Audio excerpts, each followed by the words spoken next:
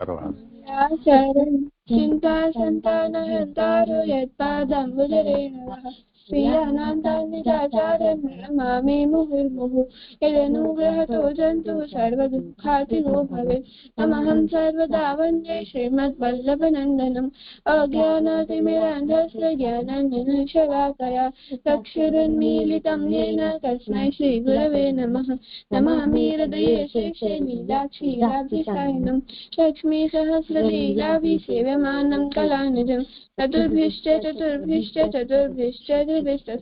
सर्वैर्विराजते योऽसौ पञ्चधारदये मम। प्रणाम दीजिए, हमें कीर्तन निकालिए। हाँ करो। ब्रज की तो है लाज मुकुट वारे, ब्रज की तो है लाज मुकुट वारे, ब्रज की तो है चंद्र सूरज तेरो ध्यान धरत है, चंद्र सूरज तेरो ध्यान धरत है, ध्यान धरत नवलख तारे, ध्यान धरत नवलख तारे, ब्रज की तो है राजा मुकुट वारे, ब्रज की तो है इंद्र ने कोप कियो ब्रज ऊपर, इंद्र ने कोप कियो ब्रज ऊपर, तब गिरिवर कर पर धारे, तब गिरिवर कर पर धारे, ब्रज की तो है लाज मुकुट वारे, ब्रज की तो है पुरुषोत्तम प्रभु तुम चिरंजीव, पुरुषोत्तम प्रभु तुम चिरंजीव, गाय गोप के रखवारे, गाय गोप के रखवारे, ब्रज की तो है लाज मुकुट वारे, ब्रज की तो है। થઈ ગયું સુંદર. હા હવે શું કરશું આજે? ગોવર્ધન લીલા પછી ઠાકુર અરે પણ એ પછી પેલા આપણે બુદ્ધ ભગવાન વાળું આપણે કરવાનું ને. જો આપણે રાસમાં સમજાવ્યું હતું ને. તને એકવાર પાછું બોલવું તો જોઈએ ને. પ્રશ્ન શું હતો અને એનો જવાબ શું આવ્યો? પ્રશ્ન એમ હતો કે આ બુદ્ધ ભગવાન જે કીધું છે કે એ આપણે માનવું શું કામ ના જોઈએ એવું. આ પ્રશ્ન શાબાશ. અને આમાંથી એ છે કે આપણે શાસ્ત્રમાં જે કહ્યું છે, આપણે જે બુદ્ધ ભગવાન જે કીધું આપણે એ આપણે શાસ્ત્રથી એમ કમ્પેર કરી પછી કેવું જોઈએ. શાસ્ત્રમાં એવી કોઈ વસ્તુ જ નથી જેવું બુદ્ધ ભગવાને કીધું, એટલે આપણે એને માનવું ના જોઈએ. મને એમ સમજાય. બહુ સરસ. ગોવર્ધન ગીતા કરું.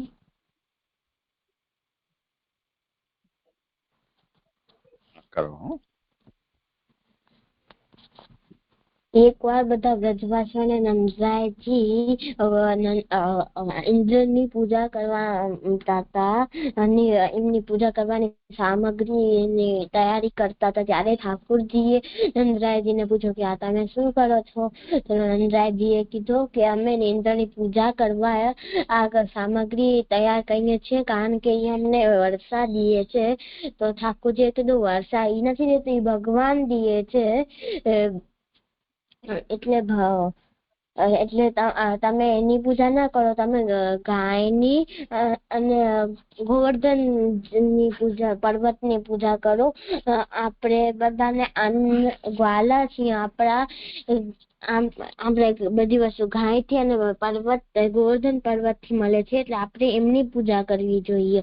અને તમે જે ભોગ તમે જે સામગ્રી તૈયાર કરો છો એ ઇન્દ્ર આરોગ્ય છે એ ખાય છે એટલે તમને એ સ્વીકારે છે. તમે જોવો છો ગોવર્ધન પર્વત પોતે આરોગશે, તમારા સામે આવશે, આરોગશે એમ કીધું. તો બધાએ ગોવર્ધનજી પૂજા કરવા પછી સામગ્રી લઈ આવ્યા ને એ કરતા હતા ઘરેથી. ઠાકોરજી પોતે ગોવર્ધન પર્વતના અંદર પ્રવેશ કરી અને બધાની જે સામગ્રી ધરાવતા હતા એ આરોગજી અને પછી ઇન્દ્રએ જોયો કે મારી પૂજા નથી કરતા તો એમને ક્રોધ આવી ગયો ને એને ભૂલી ગયો કે એને અહંકાર આવી ગયો કે ઈ કોણ છે, એ વ્રજમાં ઠાકોરજી છે એ ભૂલી ગયો. એટલે એને ત્યાં વર્ષા કરી એટલી અને અડધો કોપ એટલો કે અડધો વ્રજ તો ડૂબી ગયો. પછી બધા ઠાકોરજી ના શરણે ગયા તો ઠાકોરજીએ ગોવર્ધન પર્વત ઉપાડ્યો અને પછી ઉપાડ્યો અને બધાને ત્યાં હતા ત્યાં શરણે લીધો. બધા 7 દિવસ સુધી ઇન્દ્રએ વર્ષા કરી. ત્યાં 7 દિવસ સુધી ઠાકોરજીએ પર્વત ઉપાડી રાખ્યો. તો બધા ઠાકોરજીને જોઈને મોહિત થઈ ગયા હતા. અને પછી 7મા દિવસે ઇન્દ્રએ પોતાની ભૂલનો સ્મરણ આવ્યો ને પછી ઠાકોરજી પાસે ગયો, એમનાથી ક્ષમા માંગી. એમને ભેટમાં કામધેનુ એમનો નામને ગાય એમને ભેટમાં આપી. અને જયારે વરસાદ ઉભી ગઈ અને ઠાકોરજી જયારે પર્વત રાખ્યો ત્યારે કીધું કે મૈયાએ કીધું કે ઠાકોરજીના હાથ દુખતા હશે, એમના હાથ 7 દિવસ સુધી ઉપાડ્યો તો ગોવર્ધન પર્વત એટલે એમના હાથ દુખતા હશે, હાથ દબાવ. એમના હાથ દબાવતા હતા. આમાંથી ઈ શીખ ઠાકોરજી હસ્યા અને આમાંથી ઈ શીખ મળે છે કે ઠાકોરજી આપણે ઠાકોરજીને પ્રેમ અને પ્રેમથી ભાવની સહજતાથી એ પૂજવું જોઈએ, શરણ જવું જોઈએ. અને બીજો કે ઠાકોરજીએ વ્રજવાસીઓનો અનાશય દૂર કર્યો અને આપણે અહંકાર ના કરવો જોઈએ. બહુ સરસ. આમાંથી શબ્દ છે આ લીલા એટલે ક્રીડા. એવી ક્રીડા કે જે પ્રયોજન રહિત હોય, અનાયાસથી ભરેલી હોય અને હર્ષથી ભરેલી હોય એને એવી ભગવાનની ક્રીડાને લીલા કહેવાય. અને બીજો છે અવતાર એટલે કે ઠાકોરજી પોતાના અવતાર એટલે કે ઠાકોરજી પોતાના સ્વધામથી ભૂતલ ઉપર કોઈ બી રીતે પ્રકટ થાય અને અવતાર કહેવાય. કોઈ બી રૂપમાં 3 પ્રકારના અવતાર હોય છે: પૂર્ણ અવતાર, અંશ અવતાર અને આવેશ અવતાર. આમાં ઠાકોરજીએ આવેશ અવતાર કર્યો છે. પૂર્ણ અવતાર એટલે કે ઠાકોરજી પૂર્ણ રૂપે અવતાર લીએ એને પૂર્ણ અવતાર કહેવાય. પૂર્ણ ઠાકોરજીનો આવેશ. અંશ અવતાર એટલે ઠાકોરજી કોઈ આપણો શક્તિ કે ગુણ એમાં નાખે એને અંશ અવતાર કહેવાય. અને ત્રીજો આવેશ અવતાર કે ઠાકોરજી કોઈમાં અંદર જાય એ જે થોડા સમયમાં તે કામ કરી પાછા આવી જાય અને એ આવેશ અવતાર વધારે ટાઈમ સુધી ના હોય, થોડા ટાઈમ સુધી હોય. અને આમાં અહીંયા ગોવર્ધન પર્વતના અંદર ઠાકોરજી આવેશ કર્યો.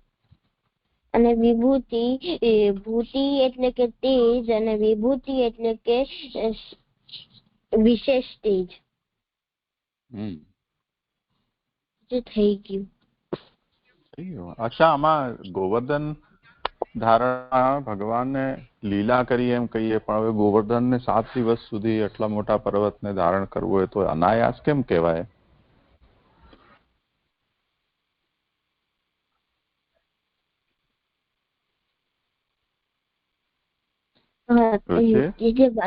મને એમ લાગે છે કે પ્રભુની શરણે જવાથી બધા ખુશ હતા, પ્રસન્ન હતા. એ જોઈને એટલે એમને પોતાનો જે ડર થાય એટલે એમને જે અનાયાસ હતો એ એમને ભૂલી ગયા ને હર્ષથી એમને ખુશી મળતી ઠાકોરજીને જોઈને મોહિત થઈ ગયા હતા. એટલે મને એવું લાગે છે. નહીં, મારો પ્રશ્ન તું સમજ્યો નહીં. જો હું એમ પૂછું છું કે ઠાકોરજીની એવી ક્રીડા કે જે અનાયાસ કરવામાં આવે એને લીલા કહેવાય. હવે ગોવર્ધન ધારણ લીલા આપણે છે એમ કહીએ છીએ. હવે જો એમાં ભગવાનના અંદર વધારે આયાસ દેખાતો હોય તો પછી એ લીલા ન કહી શકાય ને. તો એટલો મોટો ગોવર્ધન પર્વતને ધારણ કરવું અને પણ 7 દિવસ સુધી, તો અનાયાસ લીલા કેવી રીતે કહેવાય એમ પૂછું છું. પ્રભુ તો સર્વશક્તિમાન છે એટલે પ્રભુ માટે તો બધો એ બધું એમ કરી શકે છે.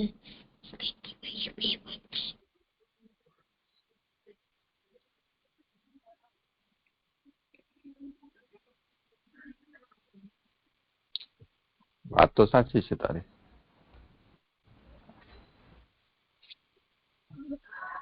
બ્રજવાસીઓને પછી એવું લાગ્યું ને કે ઠાકોરજી એટલો મોટો પર્વત ધારણ કર્યો છે, કેટલી વજન લાગતું હશે, તો બધા લોકોએ પોતપોતાની દંડી ઊંચી કરીને એને ટેકો આપ્યો. ઠાકોરજી થાકી ગયા હશે તો ઠાકોરજી હાથે કહ્યું ને, હાથ પગ દબાવી દીધા. તો આમાં તો એવું લાગે છે ને કે ઠાકોરજીએ વધારે આયાસ કર્યો હોય.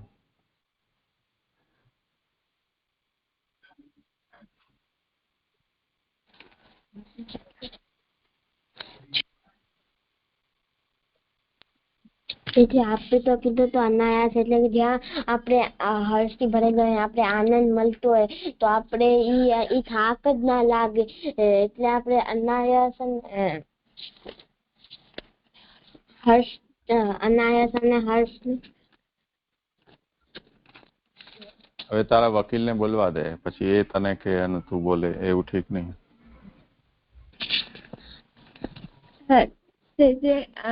આમાં આપણે કહ્યું હતું કે પ્રયોજન રહિત એટલે કે આપણે કોઈ એના પાછળ કોઈ રિઝલ્ટ ના હોય, અને જે અનાયાસ છે એનો હર્ષ સાથે કનેક્ટેડ છે કે જયારે આપણે જ્યાં આનંદ હોય ત્યાં આપણે થાક ના લાગે.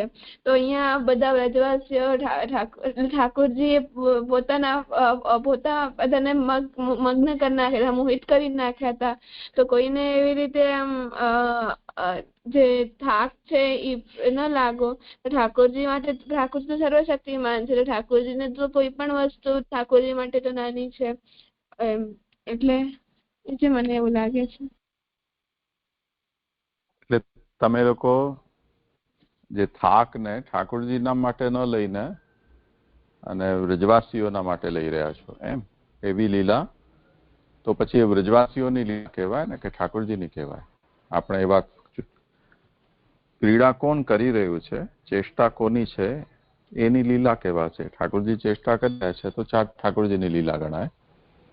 વ્રજવાસીઓ ચેષ્ટા કરતા હોય તો વ્રજવાસીઓની લીલા કહેવાય. તો જ્યારે આપણે ઠાકોરજી લીલાને વર્ણવી રહ્યા છીએ અથવા એની આપણે કસોટી કરી રહ્યા છીએ, તો એમાં પછી વ્રજવાસીઓને ન લાગ્યો વગેરે એવું આપણે નિરૂપણ ન કરી શકીએ ને. તો તમે એ વાત કહી, એ વાત ઠીક છે કે ઠાકોરજીનું સામર્થ્ય છે, એને કારણે ગિરિરાજ પર્વત ધારણ કરવાથી ઠાકોરજીના માટે કોઈ મોટી વાત નથી. આખું જગતનો જે આધાર છે એને ગિરિરાજ ધારણ કરવામાં મોટી તકલીફ પડવાની છે.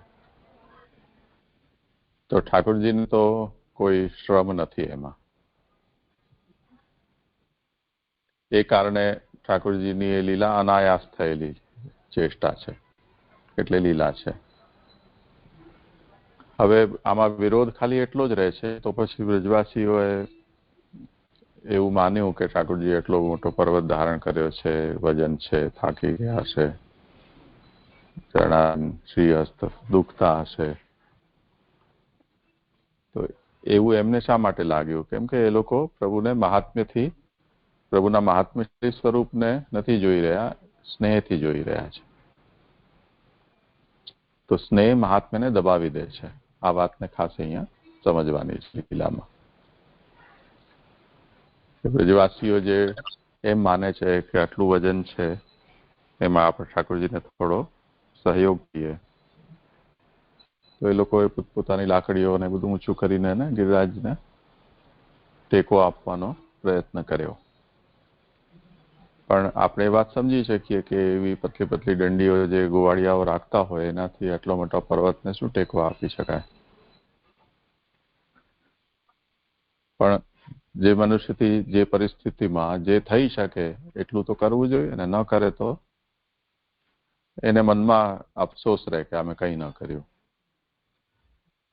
તો આ સંજોગોમાં એમને એમ જણાઈ રહ્યું છે, એમનો સ્નેહ એમને એમ કહી રહ્યો છે કે ઠાકોરજીને આટલો પરિશ્રમ થઈ રહ્યો છે, તો અમે જે કરી શકીએ તો કરીએ, પછી ભલે ને એ પર્યાપ્ત હોય કે ન હોય, કરવું તો જોઈએ. એટલે એ લોકોએ પણ એવો પ્રયાસ કર્યો કે અમે ગિરિરાજ પર્વતને ટેકો આપ્યો. તો સ્નેહ છે એ મહાત્મ્યને ભૂલાવી દે છે. આ સિદ્ધાંત અહીંયા આપણને બ્રજવાસીઓના આવા આચરણથી સમજમાં આવે છે. એનાથી ઊંધું છે, મહાત્મ્યનો બોધ વધી જાય તો સ્નેહ ભૂલાઈ જાય. બંને એકબીજાને દબાવે એવા જાતના છે. આ સ્નેહ વધે તો મહાત્મ્ય ભૂલાય, મહાત્મ્ય વધે તો સ્નેહ ભૂલાય. તો ઠાકોરજી પોતે 5-7 વર્ષના બાળકના રૂપમાં દર્શન આપી રહ્યા છે, તો એમના ઉપર સ્નેહ જ આવે, એમનું મહાત્મ્ય ન જણાય. સ્વરૂપ જ મહાત્મ્યને દબાવી દે છે, એવું છે. એટલે બધા લોકો એ જુએ છે, તેમ છતાં પણ એને સ્વીકારતા નથી.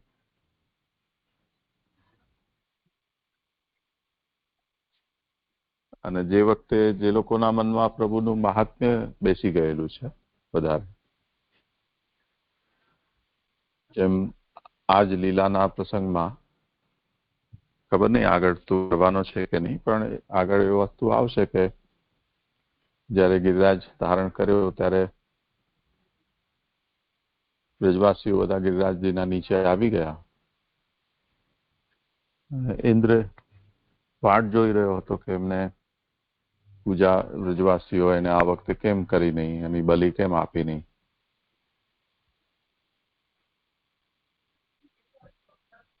તો ગુસ્સે થઈને એને વરસાદ વરસાવી. પછી એને હજી એવી આશા હતી કે આટલી તેજ વરસાદથી બ્રજવાસીઓ ડરી ગયા હશે અને મારા નિયમ પ્રમાણે જે વર્ષે બલિ આપે છે, બલિ મને આપશે. પણ જયારે એવું કંઈ જ ન થયું, ત્યારે પછી ઇન્દ્ર પોતે જોયું તો આ તો દેવાદિદેવ ભગવાન શ્રી કૃષ્ણ પરબ્રહ્મ છે, એવું એમને જ્ઞાન થયું.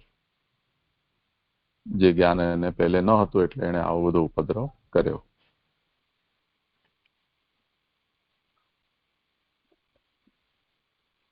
પછી વરસાદ બંધ થઈ, ઠાકોરજી ગિરિરાજ પર્વત નીચે રાખ્યો, બધો આનંદ થયો. ત્યારે ઇન્દ્ર ઠાકોરજીને એકાંતમાં પધરાવી ગયો. ત્યાં પછી ઇન્દ્રે ઠાકોરજીને દંડવત કરે. તો એ જ સ્વરૂપ તો એ જ હતું 7 વર્ષના બાળકનું. પણ બ્રજવાસીઓને એ જ ઠાકોરજી પોતાના પુત્ર તરીકે કે સખા તરીકે એ રીતે જણાતા હતા, અને એને કારણે એમના પ્રત્યે એવો સ્નેહ પ્રકટ થતું હતું. અને એ જ સ્વરૂપનું દર્શન ઇન્દ્રને થયું, તેમ છતાં પણ એના અંદર એવી સ્નેહ ભક્તિ પ્રકટ ન થઈને એને ખાલી મહાત્મ્ય જ જણાયું તો માફી માંગીને ને જતો રહ્યો દંડવત કરીને. એટલે મહાત્મ્ય વધે તો સ્નેહ દબાઈ જાય, સ્નેહ વધે તો મહાત્મ્ય દબાઈ જાય. શું સમજાયું?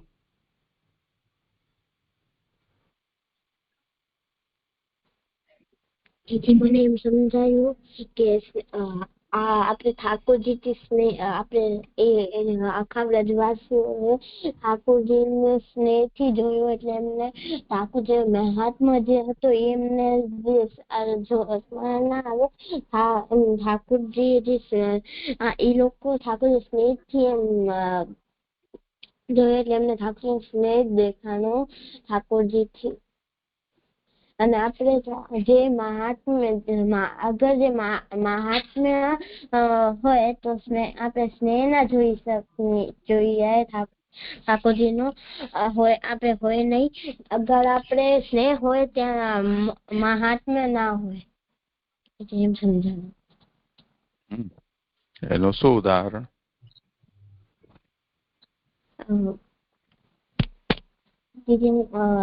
ગુજરાતી નું જ કહું તો કોઈ બીજાનું કહેવાનું છે? તને જે ઠીક લાગે તે.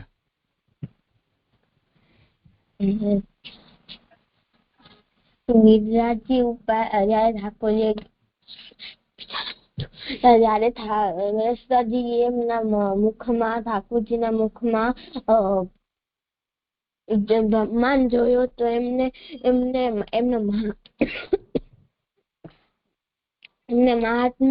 એમનો મહાત્મ્ય એમ પછી બેહોશ થઈ ગયા. પણ એમનો મહાત્મ્ય યાદ ના રાખ્યો પણ એ જ ખબર પડી. પણ એ પછી એમને ભૂલી ગયા એમ સ્મરણ આવે એમને પછી સ્નેહ થી એમને જોતા હતા ઠાકોરજી થી જોતા હતા ગલે લગાડ્યો. પેલા તો અહીંયા એવી રીતે યશોદા માતા એમને સ્નેહ કર્યો. એમને આટલી એમને અહીંયા મહાત્મ્ય નથી દેખાડ્યું. ઠાકોરજી 7 દિવસ સુધી પર્વત હાથમાં ઉપર એટલે એમને કીધું કે એમના હાથ દુખતા છે તો એમના હાથ દબાવ ઠાકોરજીના. એટલે યશોદાજીએ એમ કીધું.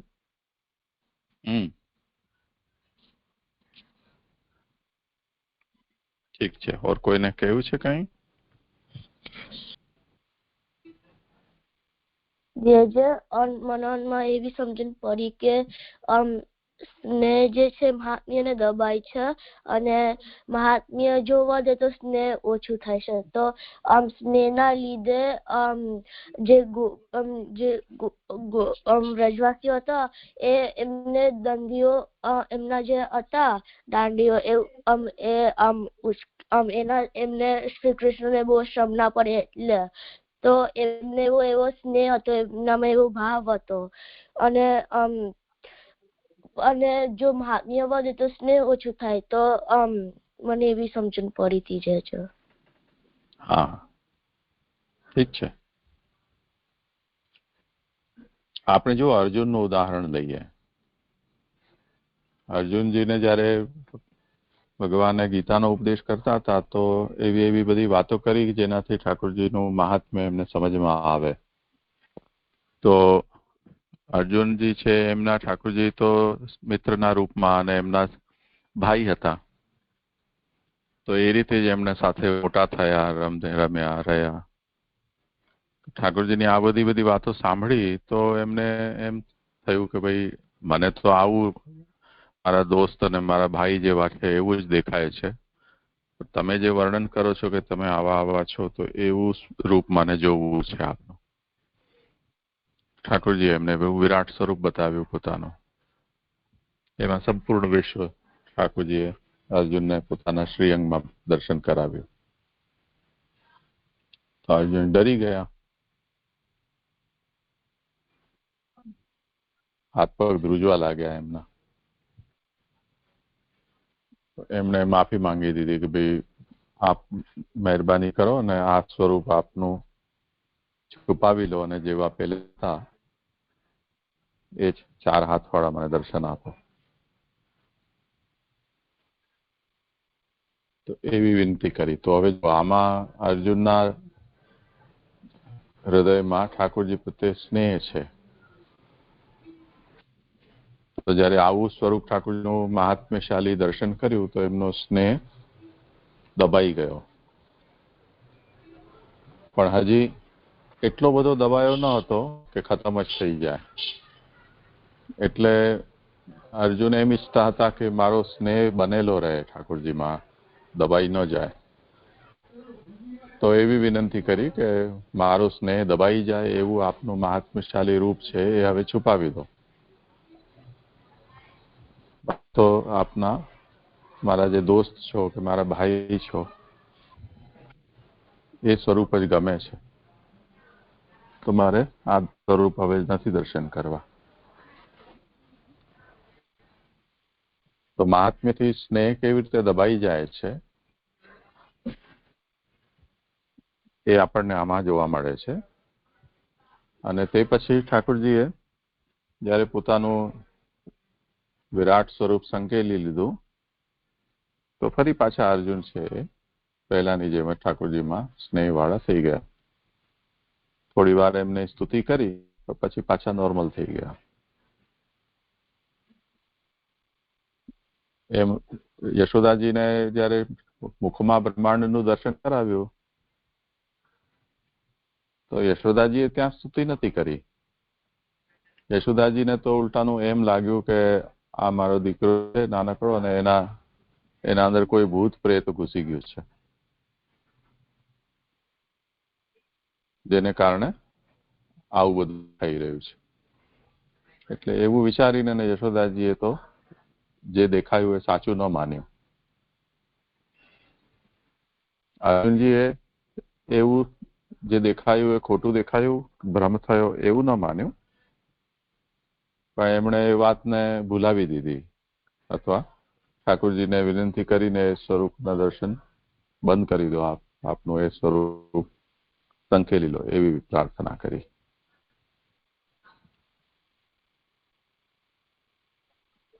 તો જ્યાં જ્યાં પણ ભક્ત જયારે સ્તુતિ પ્રાર્થના કરે છે તે વખતે એનો સ્નેહ ઓછો થઈ ગયો છે અને એના જગ્યાએ મહાત્મ્ય વધી ગયું છે એવું આપણને દેખાશે.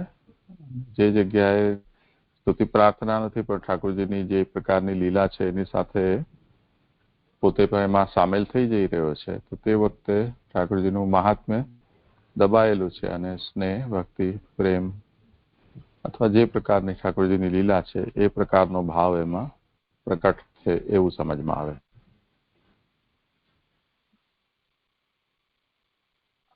જેમ દાવાગ્નિ નો પ્રસંગ આવે છે તો આગ લીધી તો ઠાકોરજીને બધા વિનંતી કરવા લાગ્યા. તો તે વખતે એમને એમ ખબર પડી કે ભાઈ શ્રી કૃષ્ણ સિવાય કોઈ બચાવી નહીં શકે આમાંથી. તો એમણે પ્રાર્થના કરી દીધી. તો આ વખતે ઠાકોરજીનું મહાત્મ્ય એમને સમજાયું તો સ્નેહ દબાઈ ગયો. તો ઉલટાનું એમ થવું જોઈએ ને કે આ શ્રી કૃષ્ણ તો અમારા સરદારનો દીકરો છે અને અમે તો એના પ્રજા છીએ, તો એ તકલીફ ન પડે એના માટે આપણે આગ બુજાવવાનો પ્રયત્ન કરવો જોઈએ એવું થવું જોઈએ. એની જગ્યાએ એમને ઠાકોરજીને પ્રાર્થના. ઇન્દ્રના વખતમાં પણ બ્રજવાસીઓને આટલી ભીષણ વરસાદથી ભય થઈ ગયો અને ઠાકોર બચાવી શકે એવું એમને લાગ્યું. તો ત્યારે પણ ઠાકોરજીને એમણે પ્રાર્થના કરી. એ જેટલી પણ પ્રાર્થના જ્યારે પણ થઈ છે તે વખતે સામેવાળામાં મહાત્મ્ય છે એ બહુ મહાત્મ્યનો બોધ બહુ વધારે થઈ ગયો છે એમ સમજવું જોઈએ. અને પછી ફરી પાછા જેવા ઠાકોરજીની લીલા કરે એની સાથે જોડાઈ જઈ રહ્યા છે તો એ વખતે સ્નેહ છે એ પ્રબળ થઈ ગયો છે, મહાત્મ્ય દબાઈ જાય છે. સમજાય? અચ્છા મનામાં પ્રશ્ન છે.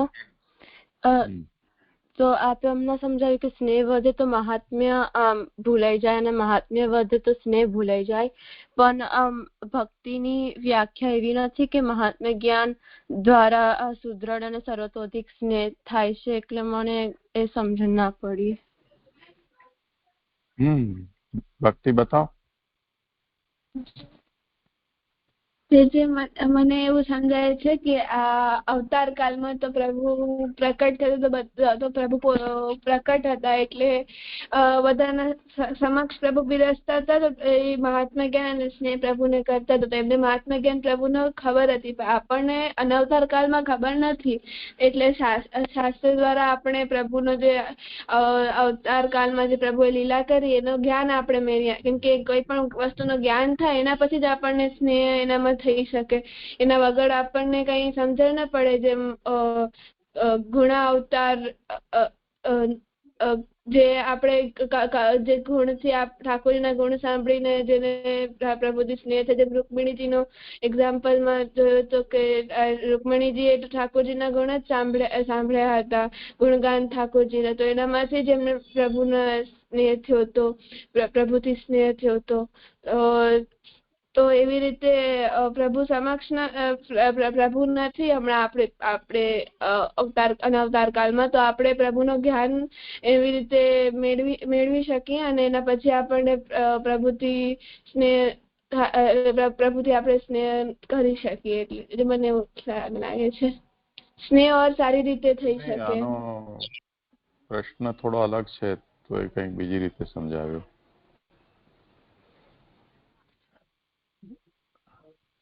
પાછો પ્રશ્ન અન્વી.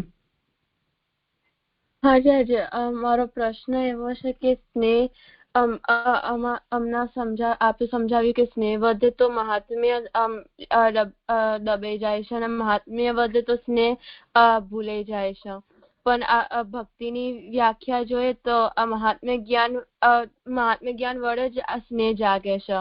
તો આ કોન્ટ્રાડિક્ટરી નથી કે મહાત્મ્ય વધે તો સ્નેહ ભૂલાય, પણ એમાં તો એવું કહે છે કે મહાત્મ્ય દ્વારા સ્નેહ થાય છે.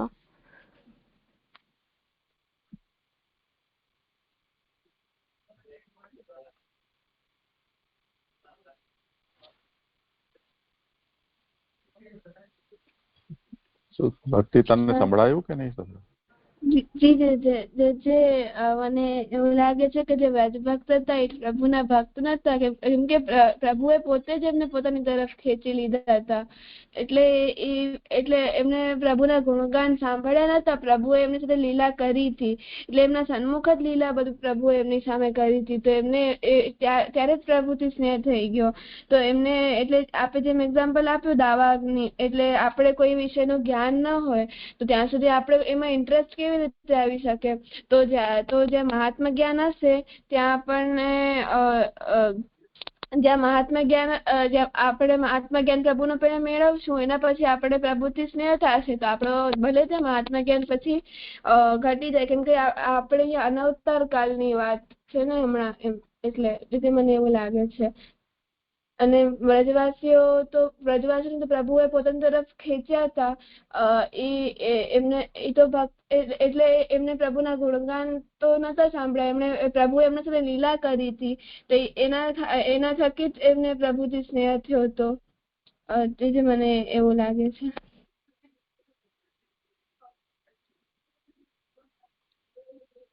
જો ધ્યાનથી સમજો, આપણે પહેલાથી અનેક વખત આ વાત કહી ચૂક્યા છીએ કે અવતાર કાળની પ્રણાલી અનવતાર કાળથી હંમેશા ઊંધી હોય છે.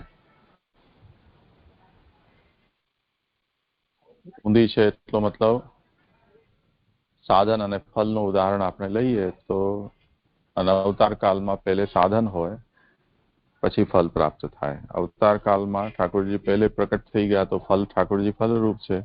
ફલ પહેલે મળી ગયું, સાધન પછી કરવાનું.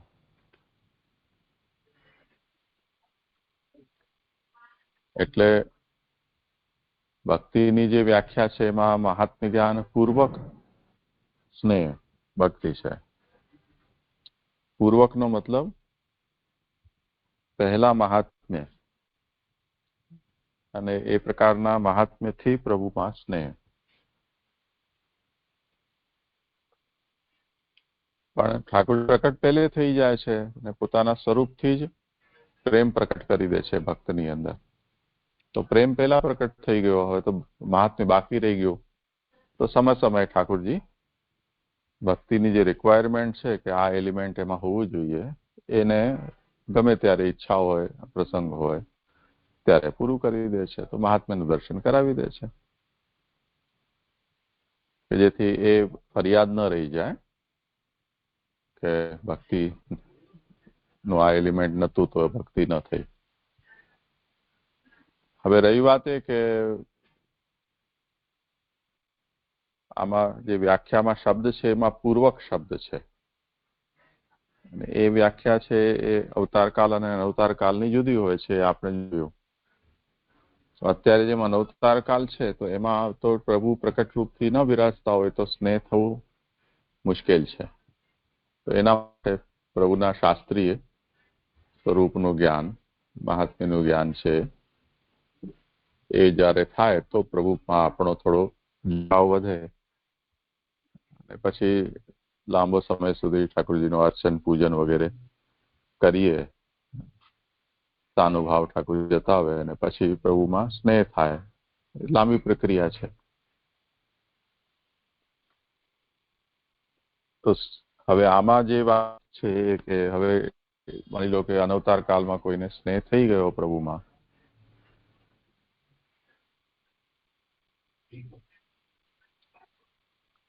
તો તે સ્થિતિમાં મહાત્મ્ય દબાઈ જશે. જેમ એક વૈષ્ણવની વાર્તામાં આવે છે કે એમને મદન મોહનજી સ્વરૂપ ઠાળા સ્વરૂપ સેવામાં પધાર બિરાજ્યા અને એમણે પોતાના જીવનમાં બાલ વિધવા હતા, ઘરથી બહાર ક્યાં જતા નહીં, એટલે મદન મોહનજીના સિવાય બીજા કોઈ ઠાકોરજીના સ્વરૂપના એમણે દર્શન કર્યા જ ન હતા. વૈષ્ણવ વરસાદના દિવસમાં યાત્રામાં જતો હતો અને એમના બાલકૃષ્ણલાલને એમને ત્યાં પધરાવ્યા. તો એ વૈષ્ણવ મદન મોહનજીની સેવા કરતા હતા. એમણે એમ લાગ્યું કે આ ઠાકોરજીને બહુ ઠંડી લાગે છે, એટલે ઠાકોરજી આવા ચરણારવિંદ તૂટી દીધું છે. તો જે જેના ઠાકોરજી હતા લાલન, એને બહુ જ એને નિંદા કરીને એને દુઃખ કર્યું. બોલો તો ત્યાંથી જતો રહ્યો હતો ઠાકોરજી પધરાવીને.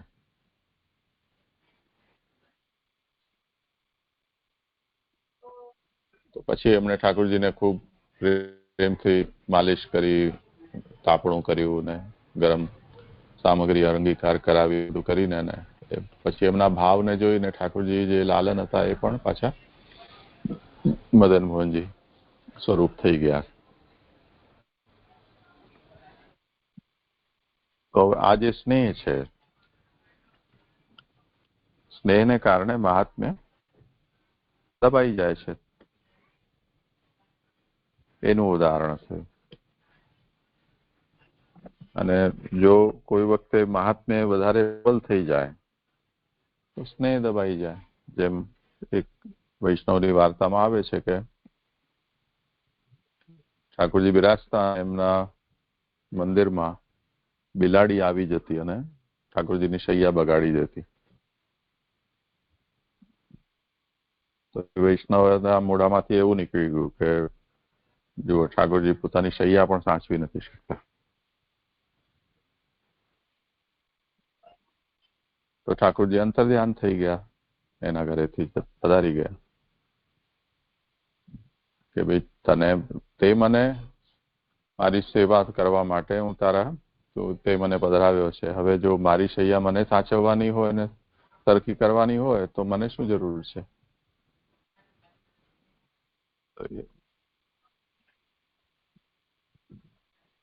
તો આમાં ઠાકોરજીનું મહાત્મ્ય આવ્યું તો સ્નેહ દબાઈ ગયો.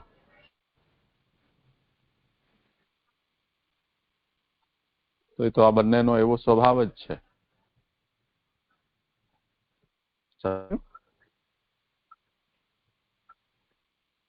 હા, સમજાયું. એટલે અવતારકાલ અને અનવતારકાલમાં જે પ્રણાલી છે એકદમ જુદી જ છે, ઓપોઝિટ છે એકબીજાથી. એટલે અવતારકાલમાં ફળ લાઈક પહેલા તો અવતાર કાળમાં ભગવાન પોતે જ પ્રગટ થાય છે, એટલે એમને સ્નેહ પહેલા થાય છે અને મહાત્મ્ય બાજુ પર રહી જાય છે. પણ અનવતાર કાળમાં જોઈએ તો એમાં ભગવાન પ્રગટ બિરાજતા નથી, કે સ્નેહ થવો એકદમ મુશ્કેલ અઘરું પડી જાય છે, એટલે એના કારણે મહાત્મ્ય જ્ઞાન પ્રાપ્ત થાય તો એ સ્નેહ જાગી શકે. એટલે અનવતાર કાળમાં એવી પ્રણાલી છે કે પહેલા મહાત્મ્ય જ્ઞાન અને પછી સ્નેહ. પણ અનવતાર કાળમાં સ્નેહ પહેલા થાય છે, કારણ કે ભગવાન પોતે જ બિરાજે છે અને ભગવાન લીલા પણ કરી રહ્યા છે, એટલે એવું પહેલા સ્નેહ થાય છે અને પછી મહાત્મ્ય દબાઈ જાય છે. એટલે મહાત્મ્ય જ્ઞાન, એટલે એ કોન્ટેક્સમાં મહાત્મ્ય જ્ઞાન દબાઈ જાય છે, મહાત્મ્ય જ્ઞાનની જરૂર જ નથી પડતી, એવું સમજણ પડી જાય છે.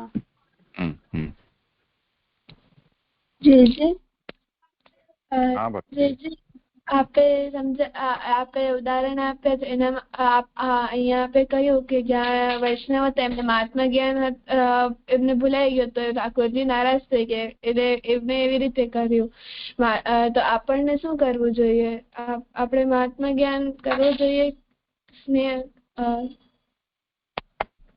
જે આપણે શું કરવાનું એવો વિષય નથી. આપણે આ બધી પ્રક્રિયા આવી છે, અંગ્રેજીમાં ટ્રાયલ એરર કે છે તે જાતનું છે. થોડું આપણે અખતરા કરવા પડે, થોડો ખતરો લેવો પડે. એ કરવા જેવી સ્થિતિ આપણી જયારે હોય ત્યારે આ બધું થઈ શકે. ઉદાહરણ તરીકે તમે જેમ અત્યારે સ્કૂલમાં ભણવા ગયા, તમે તો બચપનથી એક જ સ્કૂલમાં ભણી રહ્યા છો, અત્યારે 5-7 વર્ષ તમને ભણતા થઈ ગયા, તો ત્યાંનું એન્વાયરમેન્ટ, ત્યાંનો સ્ટાફ, આ બધાથી તમે બહુ સારી રીતે પરિચિત થઈ ગયા. હવે આજે તમે જે રીતે જે કોન્ફિડન્સથી કે જેટલા ફ્રી માઇન્ડથી ઇઝીલી, એટલે કે લીલા કરતા એમ સમજો ને, તમે ત્યાં જઈ આવી શકો છો કે ભણો છો, 6-8 કલાક રહો છો. એવું તમારે પહેલો દિવસ જયારે સ્કૂલનો હતો ત્યારે તો એવું ન હતું ને. મનમાં ઘણા બધા વિચારો, ડર હોય, સંકોચ હોય, શરમ હોય, સંશય હોય. તો એ બધા મનોભાવ સાથે આપણે નવી જગ્યાએ જતા હોઈએ. ધીરે ધીરે પરિચય થતો જાય, સામેથી જેવો રિસ્પોન્સ આપણને મળે, કેમ કે અહીંયા ઘણા બધા લોકો હોય, એટલે પિયુન્સ છે કે ચોકીદાર છે કે ક્લેરિકલ વર્ક કરનારા હોય, ઓફિસનો સ્ટાફ, ટીચર્સ હોય, senior junior monitor, senior junior વિદ્યાર્થીઓ, આપણા સમાન વર્ષના, એ બધાની સાથે આપણે બહુ લાંબા સમયે કોઈક જાતનો પરિચય બને, એના સ્વભાવનો, એમને શું ગમે ન ગમે તેનો. એમાં ક્યારે ક્યારે એમના આપણે કંઈક વિચારી રાખ્યું હોય અને પાછું એમનો કંઈક અમુક સમયમાં અમુક મૂડ હોય, એટલે એમનું અલગ વ્યવહાર જોવા મળે. તો 1-2 વર્ષમાં આપણને બહુ જ જજમેન્ટ ના આવી શકે કે શું થશે. જેમ એક જ તમે ટાસ્કનું જે બેચ તમારી 1 ધોરણથી લઈને અને પછી 5મા-7મા ધોરણ સુધી પહોંચો, તો એ 5-7 વર્ષની અંદર ઘણું બધું એકબીજાના વિષયમાં તમે બધી બદલી પરિસ્થિતિ છે એમાં તમે જાણી શકો. પછી તમારું એક ઓપિનિયન ત્યાં ફોર્મ થાય કે હા, આ વ્યક્તિ આવી છે, કે આ વ્યક્તિને આવું ગમે છે, કે આ વ્યક્તિને આવું નથી ગમતું, જો એ સ્થિર હોય તો.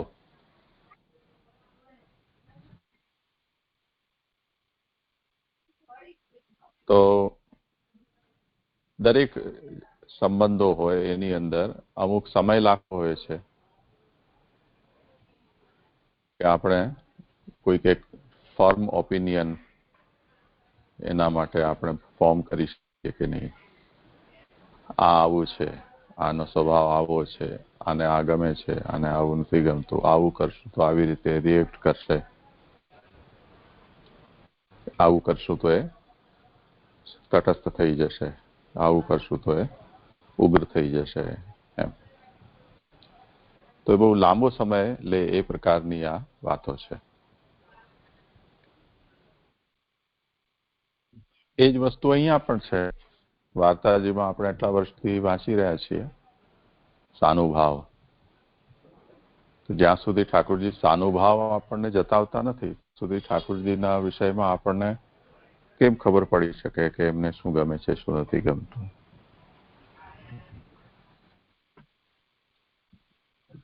તો ત્યાં સુધી તો આપણને આપણી ભક્ત પરંપરા, આચાર્ય પરંપરા, શાસ્ત્રીય પરંપરા જે શીખવે છે કે આવું કરવાથી આપણા આરાધ્ય દેવ પ્રસન્ન રહે, આવું કરવાથી અપ્રસન્ન થાય.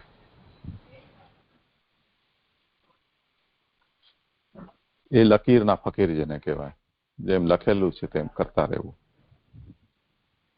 કેમ કે કોઈ પણ જાતનો ભાવ કે કોઈ પણ જાતનો ઓપિનિયન આપણે ફોર્મ કરી શકીએ એ જાતની આપણી અવસ્થા જ નથી. સામાન્ય લોક વ્યવહારની અંદર પણ આપણને એવા વચનો સાંભળવા મળતા હશે કે એટલા વખત થઈ ગયા પણ મને તારો સ્વભાવ સમજમાં આવતો નથી. પતિ પત્નીમાં તો આવું બહુ જ કોમન હોય છે. તમે પણ ઘરમાં સાંભળતા હશો.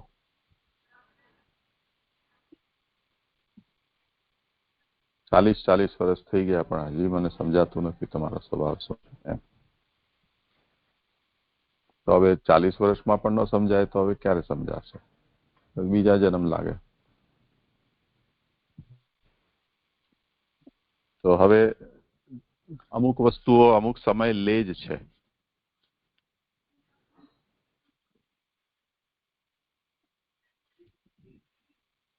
હવે સાનુભાવ જે છે એ ઠાકોરજી કઈ રીતે કોને જતાવે છે અને એને એની તકકરણની પ્રતીતિ છે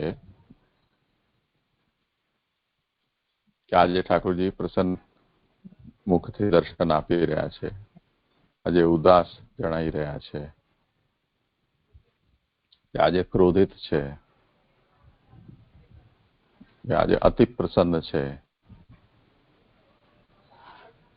તો જે 50-60 વર્ષ સુધી ઠાકોરજીની પોતાની પ્રેમથી નિષ્ઠાથી સેવા કરી હોય તો પછી એને આવી જાતની પ્રતીતિ થવા લાગે. પછી એક આવું બધું રિસ્ક લઈ શકે કે શું કરવું ને શું ન કરવું. જ્યાં સુધી એ અવસ્થા ન હોય, કૃપાની વાત જુદી છે. ઠાકોરજીની કૃપા કોઈના ઉપર થઈ જાય અને એને સાનુભાવ જેમ ગોરજા સમરાઈમાં ઠાકોરજી એને પ્રતીતિ કરાવી દીધી. તો એક પહેલી જ વખત જીવનમાં ઠાકોરજીની સેવા કરી અને એને ઠાકોરજીએ પ્રતીતિ કરાવી. તો હવે એ જુદી વસ્તુ છે કે લોંડી છે, ઠાકોરજીએ પંખો કરવા માટેની આજ્ઞા કરી કે અવધૂત દાસને ઠાકોરજીએ કહી દીધું કે ભાઈ મને મજા નથી આવતી, આ બધા બંગાળીઓ હેરાન કરે છે મને. તો એ બધા તો અપવાદના પ્રસંગો છે.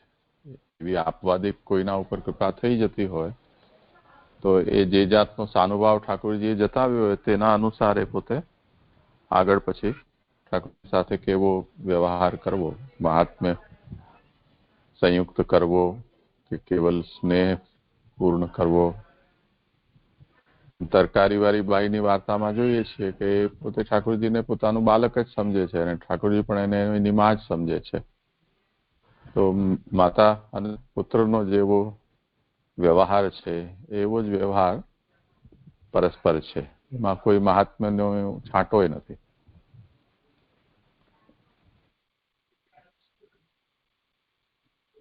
તો હવે આ તો ઠાકોરજી તરફથી કંઈક એવી સાનુભાવ પ્રકટ જતાવવામાં આવે તો પછી આપણે આપણા પક્ષમાં કોઈ નિર્ણય કરી શકીએ કે આપણે આપણા વ્યવહારને કઈ રીતે નિયમિત કરવું,